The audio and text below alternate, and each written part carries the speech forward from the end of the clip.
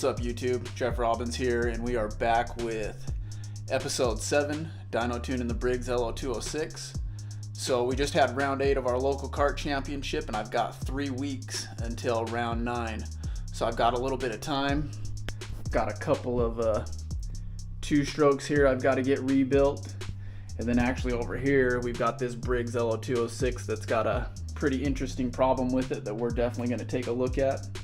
And this KA right here is actually one of my customers' spare engines. They're actually looking to sell it. So if you're interested in getting into the K100, definitely hit me up. If you're one of my subscribers, I'll definitely hook you up and give you a good deal on it. So back to the video at hand, we're going to do some intake lash testing. We'll go ahead and we're going to test 0, 2, 4, 6, 8, and 10 thousandths. And I'm going to leave the exhaust at a real loose 2 thousandths. So we're going to start there. So enough talking, let's get into some testing.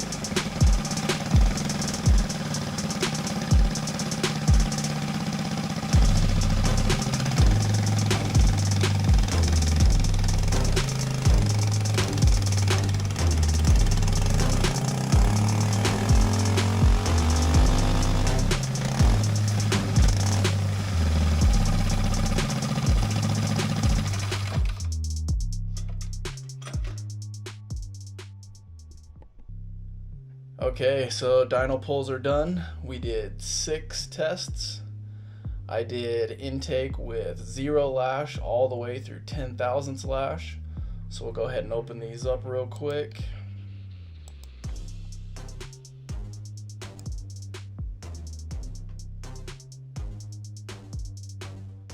And if we're looking at this, we have 0 lash on the bottom and it works its way up. So 0 lash was about 8 horsepower, jumped up to 8.17, fell back a little bit for 4 thousandths to 8.09, jumped up to 8.2, and then 8.3 for the last 2 tests. So we'll open up one of these specifically. Let's open up the 6 thousandths and just take a closer look.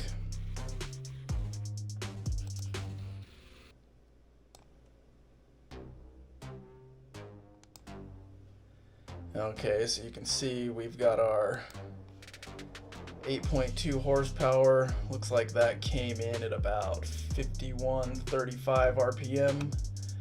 And then we've got our peak torque down here, 9.9 foot-pounds, and that came in at 2970 RPM.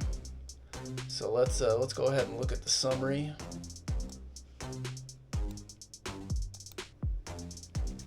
So we've got 0 lash, 8 horsepower, that came in at 5020 RPM, and then we've got 9.26 foot-pounds of torque, came in at about 3100 RPM, and then 0.2 lash, we've got 8.17, came in at about 51 RPM as well. 0.4, we lost a little bit of horsepower, and it looks like the peak horsepower came in a little earlier as well. Torque jumped up a little bit to 9.54 at 3200 RPM. Then we've got our 0.6 that we looked at, 8 thousandths and 10 thousandths. I've got this one highlighted green. If anyone from my local track happens to be watching this video, this is the intake lash that I've been running along with the exhaust lash that I've been running. So I've been running 2 thousandths on my exhaust and 6 thousandths on my intake. And I basically, what I've done is I've been using a degree wheel and profiling the cams of all the engines I've been working on. And I'm using that information to come up with how I want to set the intake and exhaust lash. So I mean, every engine's different. But if anyone from my local track's curious to what I've been running 2 thousandths on my exhaust and 6 thousandths on my intake. And if we look at this, like we had when we did the tandem lash, the horsepower slowly crept out in the RPM range throughout the testing. So it increased as I went from 0 lash to 10 thousandths lash. Not really seeing that here, so maybe that's got something to do with the exhaust valve. We'll find that out when we do a little bit of exhaust valve testing. But here it is, guys. Here is the results for testing just the intake lash with a static exhaust of 2 thousandths, and here's the data. Okay, intake lash testing is complete. While we did see an increase in the horsepower as we increased the lash, we did not see much of a change in the RPM range like we did when we did the tandem lash setting. So essentially all the peak horsepower throughout all the pulls came in at about 5100 to 5200 RPM. So if you'd like to review that data, the engine doc link will be in the description. That's shared publicly. Up next, we'll do exhaust lash testing. So I'm going to set a static setting on the intake, and then we'll change the exhaust 0 through 10 thousandths and see what the results are. So again, guys, plan your race your plan, have a good time at the track.